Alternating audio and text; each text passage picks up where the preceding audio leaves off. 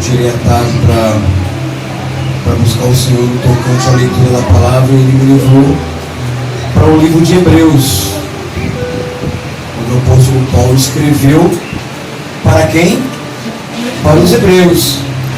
Quem são os hebreus? São os judeus. Paulo escreveu, acredito eu que com uma responsabilidade muito grande, para falar com o seu próprio povo sobre o seu próprio Deus e Salvador, o qual ele próprio, em sua grande maioria, rejeitou. E Paulo, sendo de descendência judia pela tribo de Benjamim, filho da diáspora, e também descendência romana, Paulo tinha que ter um tato diferenciado para falar com o povo de Deus. Então, no capítulo 4, Paulo trata sobre descanso, sobre autoridade, sobre obediência, sobre busca. Mas para isso ele teve que vir no capítulo 3 anterior, desmistificando e dizendo que Cristo não era, ele é superior a Moisés. Cristo é superior a qualquer outro ser que já viveu, que vive ou que venha viver ainda aqui na terra. E Paulo teve que dizer isso para um povo que não o recebeu.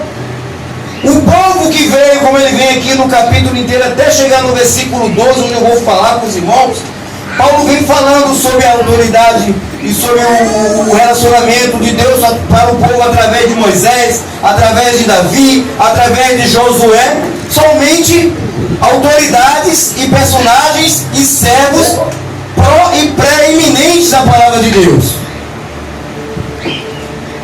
Até que ele chega no versículo 12, no capítulo 4, e ele fala o seguinte: pois a palavra de Deus, ela é viva e eficaz, e mais cortante do que qualquer espada de 2 gumes, e penetra até o ponto de dividir alma e espírito, junta e medulas, e é apta para discernir, separar, esclarecer e elucidar os pensamentos e as intenções do coração. Não é o coração que bate e bombeia o sangue. A Bíblia se refere ao coração, ao intento do homem, como cérebro, sangue, rim e coração. Então é a ideia, é o pensamento humano. E a palavra de Deus não é somente essa palavra que nós lemos hoje, porque na época ela não era escrita. Quem é o verbo vivo que se fez carne? Jesus. E esta é esta palavra, que ela é apta e investida de autoridade no céu e na terra. E não há criatura alguma encoberta diante dele. Todas as coisas estão nuas perante os olhos daquele a quem havemos de prestar conta. Para Paulo falar com o povo, ele teve que contextualizar. Então ele usou uma linguagem, podemos dizer, me perdoem os eruditos, uma linguagem simbólica biológica ou físico-espiritual, e usou uma linguagem bélica, armada, de exército. Haja vista, Paulo era um excelente espadachim, foi treinado tanto academicamente por Gamaliel como pelo exército romano. Paulo, ele era bom de briga e destemido.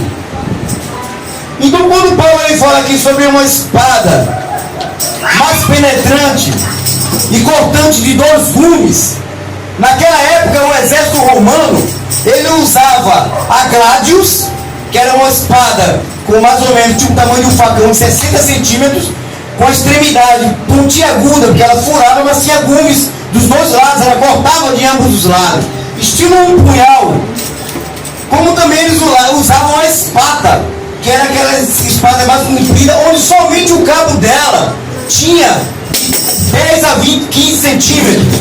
E elas eram grandes e cortavam de um lado só, então era só pancada.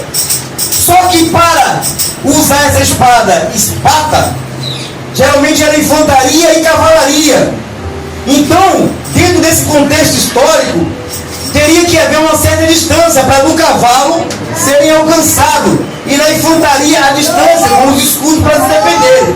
Porém, a gado havia a necessidade de haver a proximidade, porque uma espadazinha pequena de 60 centímetros, eu não consigo atingir o meu inimigo, além disso, somando-se a comprimento do meu braço.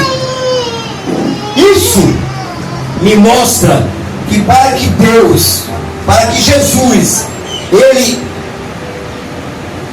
penetre, Ele conheça, não desfazendo a sua onisciência, mas na linguagem humana, material, a nós, Ele tem que estar próximo da gente, para que nos divida o pensamento, a emoção, a razão, a intenção, até antes mesmo de vir a nossa mente. E Ele divide a alma, Ele divide a junta, Ele divide a medula, Ele desnuda. Dentro da psicologia existe essa palavra, a verdade que é Cristo, né, trazendo para a Bíblia, ela desnuda. Quando alguém é pego numa mentira e ele é confrontado e não tem para onde correr, aí se sente desnudado, sem chão, procurando um buraco ruim dentro da roupa. E essa palavra, essa verdade que faz isso, ela é viva, porque ela ressuscitou. Ela se chama Jesus. Que nós possamos meditarmos e lermos e orarmos e aprendermos todos os dias, cada vez mais dele. O pastor reverendo Augusto Nicodemos, ele disse numa mensagem que o crente que ele não lê a palavra de Deus todos os dias, ele está fadado ao inferno. Porque não pode você adorar um Deus e não buscar conhecê-lo por devocional diariamente, nem que seja por um pequeno texto. E John Piper, um grande teólogo, se não me engano, inglês ou americano, da nossa atualidade, ele fala que o cristão que não ora, ele não encontrará o seu Deus e, em consequência disso, a sua salvação.